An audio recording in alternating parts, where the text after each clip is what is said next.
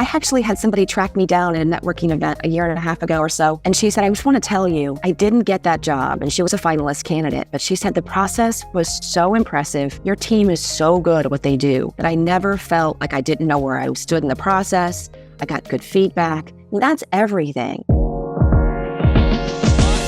Welcome to Get Unstuck and On Target, the weekly podcast that offers senior leaders insights and strategies to not only lead with confidence and vision, but also to achieve groundbreaking results. I'm your host, Mike O'Neill. I coach top-level executives on the power of ethical leadership to forge teams to be as united as they are effective. In each episode, join me for insightful conversations with leaders just like you, providing practical advice to help you get unstuck and propel you and your company forward. Let's get started.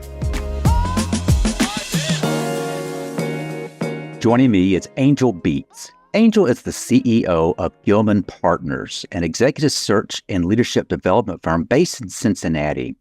In addition to running her firm, she provides strategic oversight for GP Elevate, a leadership development program designed to prepare high-potential leaders for executive roles. She also develops custom training programs for leadership teams and leads strength training sessions for businesses and nonprofit groups. You're going to see shortly why I was interested in having Angel on the podcast. Welcome, Angel. Thank you. I'm really excited to talk to you. Let me speak to that. The fact that you're the CEO of a recruiting firm that also does leadership development strikes me as something that I don't see very often in my role. But let's start with you, Angel. You are CEO of a recruiting firm. You are able to pursue other passions. Walk us through a little bit about kind of what got you to where you are now. Yeah, I get asked that question a lot, especially people look at my LinkedIn. They're like, how did this work out? I often joke that my career path has been really curvy, but along those curves, I see some really direct correlations back to the things that I've loved since I was a little kid, and that's communication, public speaking and writing, and also teaching. I mean, I was the big sister who made my brother do school in the summer, and I did speech contests when I was in elementary school, and everything has revolved around those. But my background really is in public relations. That's what I studied. Was always fascinated by influencing others in a positive way for positive reasons. So my career followed agency work in Indianapolis and Chicago and some nonprofit work as well. But then I went to grad school at Illinois and found a real love for interpersonal communication. Came back to Cincinnati area and then went back into agency PR, but then taught college for 10 years. I got to teach at a community college where I really taught every single communication class, public speaking, interpersonal comm, everything. But then really missed sort of being with industry, went back into PR, and then found my way to Gilman Partners. And, I look back in my life and I think about how much I've always loved careers, been fascinated by careers. I'm the nerd at parties who wants to know what you do and why. And I just find it fascinating what people choose to do for work. And so coming here made a lot of sense for me. The people really spoke to me, and we can talk about that later. I think there are certain soft skills that are prevalent here that have really built into our culture over the years that I was attracted to without quite understanding why. And that's what's really made me want to come here and stay here for a long time. And the leadership development piece makes a lot of sense for us. We focus as a firm on the top third of the organizational chart. We're placing a lot of directors and vice presidents and C-suite leaders. And so our clients want to keep that top talent. It's not always about looking externally to bring in new talent. So for us, it was how do we help develop those senior leaders at our clients to let them stay for a long time and make a difference. I love that you made reference to you were attracted to your organization because of just the soft skills that you saw readily apparent. It's that term, soft skills, I like to spend some time on, and that is you all have found a way to marry recruiting for the top third, but you're also acknowledging that an organization has a choice. And that is, do you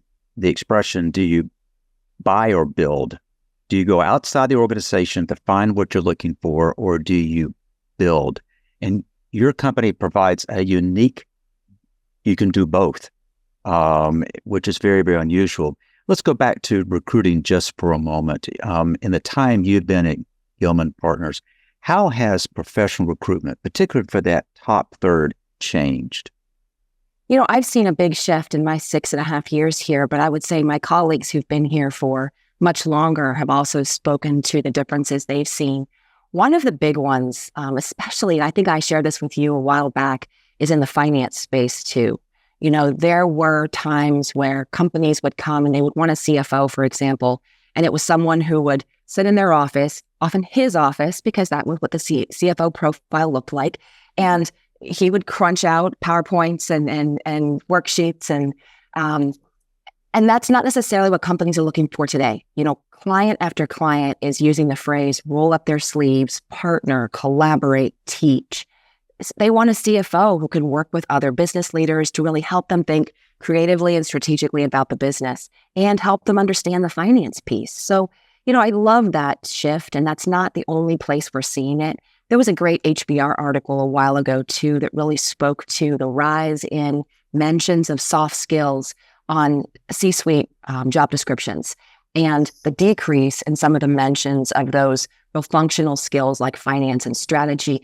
And I'm not implying that CEOs and C-suite leaders don't need those skills, but I think more and more we sort of assume that they're coming with those skills. Now, that's a side topic that we really need to dig in and ensure they have those skills. But we're looking more and more for those other skills, the interpersonal skills that I don't think were necessary or as prevalent in C-suite leaders, call it a decade, 2 decades ago. One of the challenges is when you're looking at technical skills, you can assess those, but soft skills, how does Gilman Partners go about assessing the soft skills of a candidate that you're considering presenting?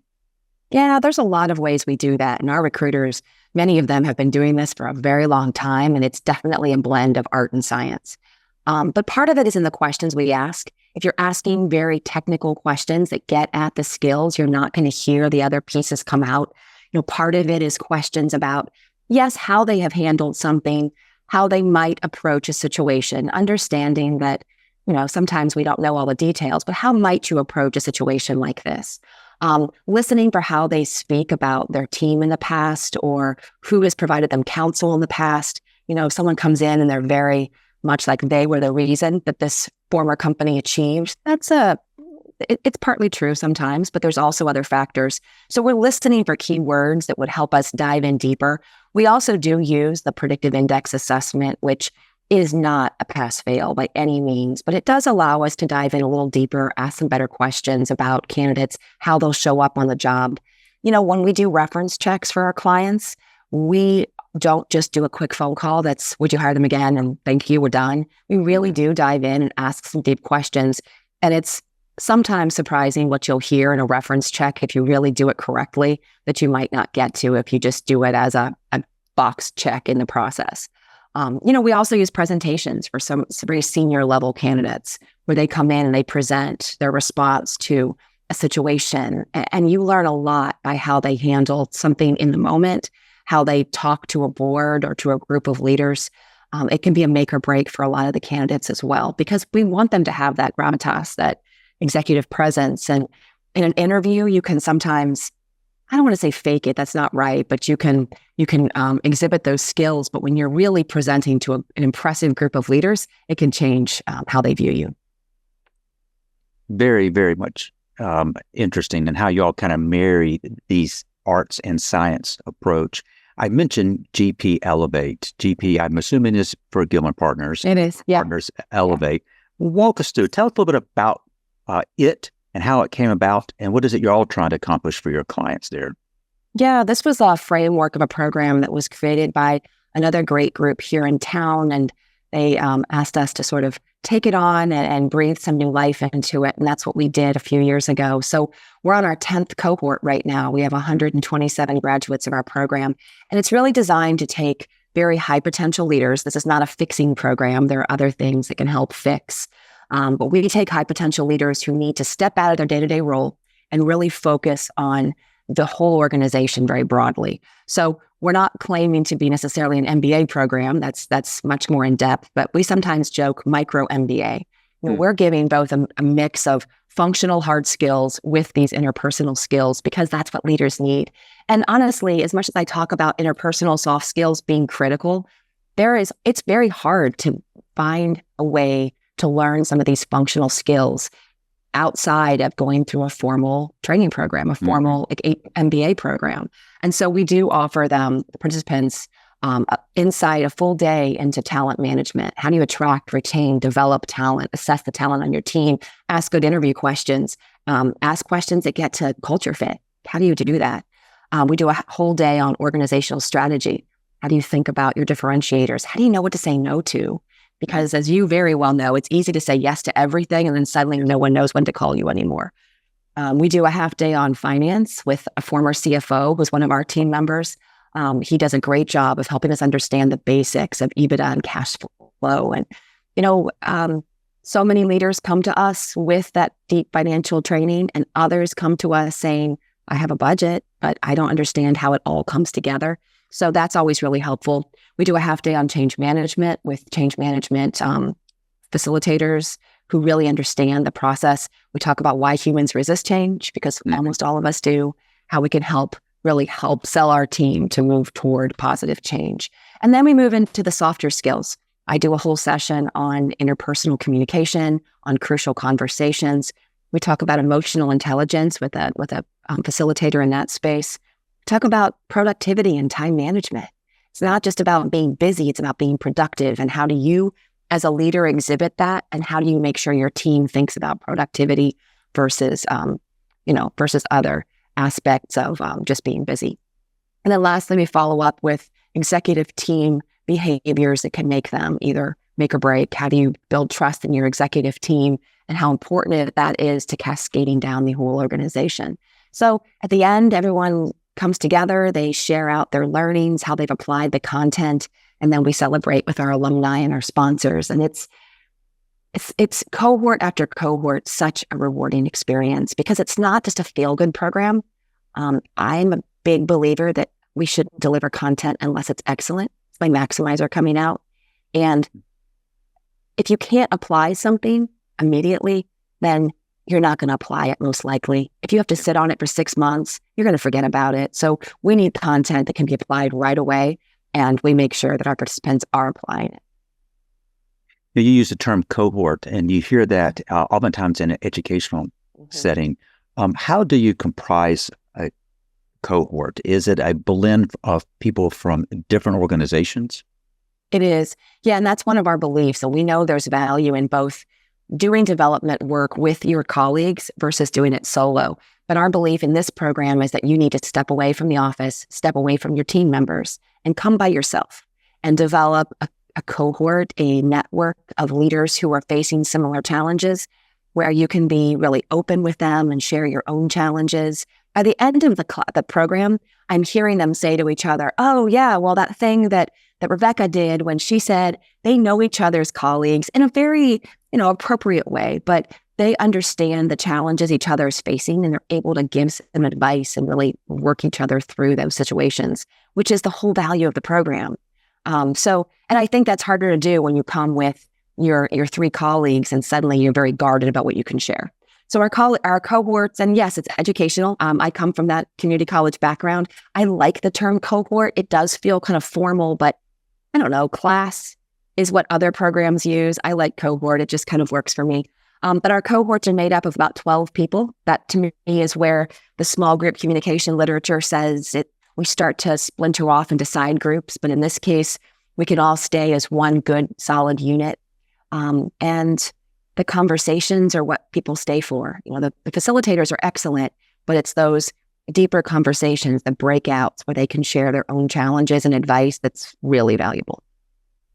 For those who are watching this on YouTube, they can see me nodding as you go through that. The number of things you just mentioned just really resonate with me and how we try to do things. And that is, there's real power in bringing a group together that can build a sense of camaraderie. Yeah. I love the idea that this group is comprised of people in other organizations. Therefore, they have a ready resource of peers, if you would, that they can tap into. You mentioned the size of the group being ideal around a dozen. If it's much more than that, it loses the intimacy. If it's much smaller, there's a sense of kind of isolation. And then you mentioned you take them kind of out of their work setting. That's critically important. Just kind of get unplugged, get plugged back in. The fact that you have had 127 graduates and that you make available those alumni, if you will, and how you bring back and you celebrate wrapping up, those are all really unusual characteristics that at least strike me as it's been refined over years, but it sounds like it works. Can I appeal to you, the CEO, for a moment? You offering this service, your company offering this service, let's say to your recruiting clients. I view that as a value add, but it also means that that really strengthens that relationship. That's exactly right. Do y'all find that when a person leaves a company that you place, if they had a good experience working with you, then naturally they might reach out to you. At the same time, there are folks who y'all reach out to consider for opportunities that, whatever reason, that doesn't work out. That's kind of where I want to key in on. Do you find that the experience that a candidate has with Gilman Partners has bearing on the likelihood that they might actually at some point pick up the phone and reach out and says, let's talk about you placing business for us? Yeah. And anyone watching noticed me nodding as you were talking too, because that's exactly right. So the cool thing about my role, I'm not a recruiter, and our team is pretty clear about that. I did one search 4.5 years ago. She is still in her role. I have 100% track record. I'm out. That's right. That's not what I do. It's not what I'm good at. That's what they're great at. But the cool thing about my role is that people know Gilman Partners. So when I introduce myself, they often know who we are. They know our reputation. And I can't tell you how many times someone will say to me, oh, I worked with so-and-so on a job. I didn't get it, but she was great, or he was great. I hear that all the time. I actually had somebody track me down at a networking event 1.5 years ago or so. And she said, I just want to tell you, I didn't get that job. And she was a finalist candidate. But she said the process was so impressive. Your team is so good at what they do that I never felt like I didn't know where I stood in the process. I got good feedback. And that's everything. Will she call us in the future? I don't know. But that's everything is selling, right? Every single thing we do is selling. Is business development, I guess, but that's not necessarily the goal. It's that we're dealing with people and people's lives, and our recruiters recognize that. I mean, people are the business that we're in, and we want to be treated well as people, and we know how frustrating it is not to know what's happening, to be kind of cast aside and ignored, and so we try really hard. Now, I will say, we place 120 leaders a year. So we're talking to how many thousand people? Are we always good? I don't know. I hope we're good as much as possible. But that experience is really important. And we try really hard to make it a good one. As you kind of reflect on where recruiting is going, where do you sense professional recruiting is gravitating towards? What do you envision? That's a good question. I wish I had a total crystal ball, but we're hearing more and more about AI technology, and I do see many more tools coming out that utilize AI. And I think there's, it's early for a lot of those tools too. They're not quite there yet. We're starting to get a sense of what AI can currently do. We have no idea what it's going to do, and I have no idea what it's going to do in 10, 20 years. I'm sure there are people out there who are mapping that out, but there is some value in AI. To us, though, it's not in selecting candidates. We don't use resume screeners. We don't anticipate using resume screeners. Our philosophy has always been screen them in. If you have any doubt whether a candidate could be a fit, maybe they have a different career experience, different industry experience, but they look interesting, screen them in. You never know who you're going to find. And I don't know that technology will be that sharp. Maybe down the road, it can learn to screen people in. I think we use AI for very, very small pieces of our job that are more redundant to help us take content and boil it down a little faster in small ways like that. But I think overall, we will be using more technology as recruiting moves on. I also, though, have seen a trend in the past couple of years, and we've experienced this too, to more and more companies outsourcing the big jobs in their organizations. With technology, maybe the smaller jobs or the jobs you're recruiting for over and over and over, volume recruiting, that might make sense for technology. But when you're trying to hire a CEO or a CFO or a really key role in your organization, even if it's not C-suite, but it's really, really hard to find, that's when you hire a recruiter. And we're seeing a lot more of those jobs come to us. The average salary that we are placing has gone up pretty significantly in the past few years. And part of that is because salaries have risen.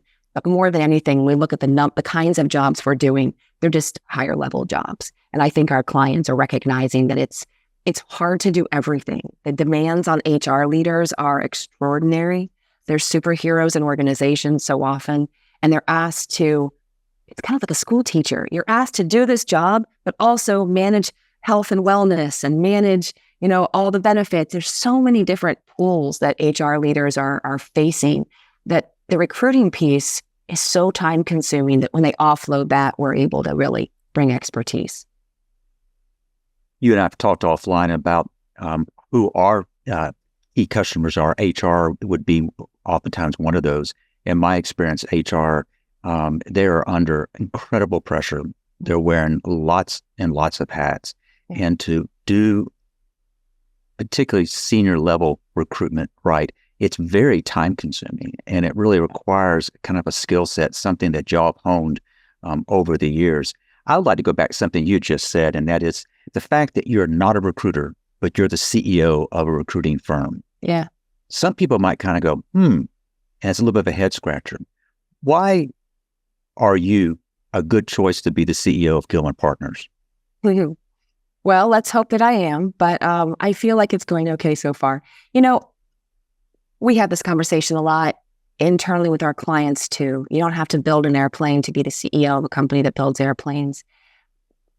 My job isn't to recruit. I'm lucky enough that our partner team is super smart and really experienced. And so I can go to a meeting and speak to Gilman Partners and the strength of our team, but they can talk about the process. Mm-hmm. My job is a people job. My job is to make sure that our team is in place, they feel engaged, they feel valued, they have the tools and the skills they need to be successful, that our culture is one that they appreciate, they want to show up to every day.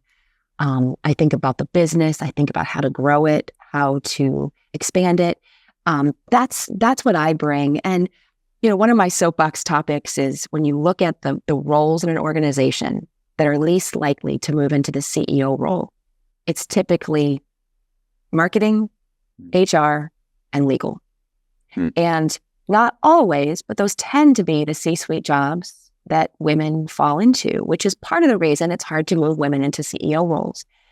Those roles don't have a lot of direct P&L experience broadly either, or they should, but they don't always. But I would argue and push back and say, marketing in particular and HR in particular too, have such a great spot to see the people in the organization, to think about the branding of the organization. I mean, for 6 years, I have thought so much about our brand and what it means and how we talk about it, and how we position ourselves and where we show up in the market, where we don't show up in the market. So to me, that speaks to the CEO role so very much as this job has become more public and more social. I don't think 15, 20 years ago, CEOs were LinkedIn didn't exist as much, but they didn't have that more visible social role. It was, you were internal, you led your company, and now there's an expectation that we are, in many ways, the face of our organization. When I show up, people think about my brand as the Gilman Partners brand. And I want them to know that when they deal with me, it's what they're going to experience when they deal with our team. So I think the role has changed a lot. And that's a reason that marketing leaders can make really good CEOs, because they understand that piece. Thus far, most of our conversation has been kind of forward-looking. Let's look back for a moment. Let me invite you to kind of reflect on a time where perhaps you or a client got stuck. And what did it take to get unstuck? For me, it's always gone back to two things. When I get stuck, I look at, my strengths. So I'm a big believer in Clifton Strengths, Strengths Finder tool, Gallup. My top strengths are communication, strategic, maximizer, relator, and activator. And I can spew those off and I believe in every single one and I see how they show up. And I literally do this when I get really stuck and can't figure out where to go. I just tick off my strengths and I think about how could I use one of these to get out of this situation? And, having communication as my number one strength helps because that's often the answer. It's, I have been avoiding this situation and I need to jump in and just have a conversation. It's taken me a while to get better at hard conversations, managing those well, crucial conversations. But as I teach that content, as I talk about that to others, it's made me a little bolder, but also more recognizing the fact that they're not that tough of conversation. They're just human conversations. We have similar motives, especially if it's with a coworker. We typically want the same thing. We want to see success of our team, success of our business, success for our clients. It's just how we get there. And that to me isn't necessarily deep and personal and difficult. It's just we have to hash it out. So I go back to my strengths a lot for help there. And I've done this even becoming the CEO of Gilman Partners. I mean, we had a wonderful longtime CEO who the community knows still and trusts and believes in. And I had to really have tough conversations all the way around to earn the trust of our team, to get them to see that my heart is in the right place and it's in this business and we're all in it together. I think about clients too. I think back to when I was just a baby. My first year or two out of college, I worked for an amazing PR agency in Indianapolis. It's called Borshoff. I think back to the people I worked with then, that many of them are still there now, 27 years later, because they really, really treated their people well. And they treated them fairly. And some of the policies that they implemented were so good for working moms, are so good for working moms. I didn't take advantage of those when I was there, but I wish I had the opportunity. But when I was there, I dealt with some really challenging clients. I was 22, 23 years old, and I had a client who screamed at me. And I knew I was right. And that wasn't a cocky, I knew I was right. What I told him was just kind of kindness and common sense. And he didn't want to hear it. And he hung up on the phone and yelled, and I cried. And I remember his cousin called me. They shared an office. His cousin called and said, "I'm sorry that happened. You were spot on. He just doesn't want to hear it." And that was the first time I thought, wow, somebody stood up for me. Somebody knew that bothered me, or he knew it would bother me. And he called me to tell me. But I was, the stuck piece of that, I guess, is that I debated over and over and over. I'm 23 years old. Can I tell this man who's twice my age, more than twice my age, that he's wrong? And I decided to do it because it hurt in my gut. So usually when I'm getting stuck, it's like I feel it in my stomach or I go to my strengths. And that's how I know that I have to act on something. And usually it's having a difficult conversation. My youngest daughter is 13 and her school district has done an amazing job with their counselors of teaching them interpersonal skills. And she has learned Maslow's hierarchy of need. And so I tell her a lot, maybe I shouldn't tell her things, but I was having a challenge and I was telling her about it. And she said, well, maybe they aren't mad at you. Maybe they're feeling like they're not getting the respect that they need. And I was like, and she referenced Maslow and I was like, oh, shoot, you're spot on, right? But I go back to that a lot too, because people are people. It doesn't matter if you're a for-profit or a nonprofit or you're entry level or the CEO or, whatever your background is, we have the same core human needs. And if we're not having those needs met, we are going to act out in different ways. But it doesn't necessarily matter who you are. Sounds like your daughter is very, very sharp. And we learn.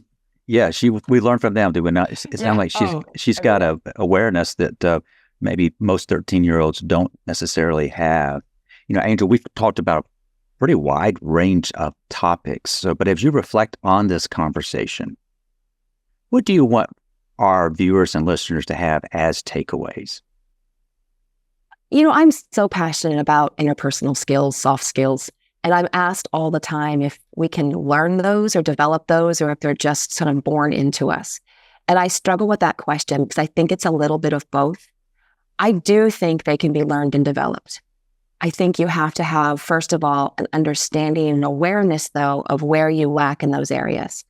And maybe that's a good friend or a coach or someone to help you understand that. But those who aren't interested, truly authentically interested in making a difference, won't see growth in those areas. But I do think that with practice, it's a muscle.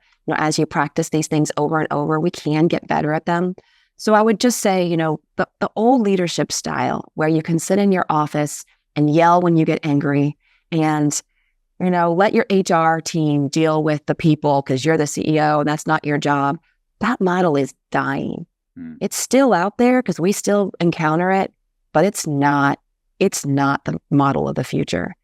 Leaders have to care about their people authentically, and they have to develop those softer interpersonal skills that are so important. And so if you feel like there's an area where you're lacking, get some help. Have a trusted friend or advisor help you identify the areas where you need growth and then tackle one at a time and make some progress. It's possible. And I hope more people recognize that is not just a soft phase we're in the workforce right now. It is the future of a business, and I'm glad for it. Angel, I want to echo some things that you have shared today. And before we wrap up, I'd like to invite our listeners to reflect on a question that affects all leaders. And that is, have you ever wondered why people choose to follow you? Is it out of mere obligation, or do they genuinely believe in your vision? Leadership does, in fact, thrive on clarity and confidence. It's not just about command. It's about cultivating practical solutions that drive real bottom-line results.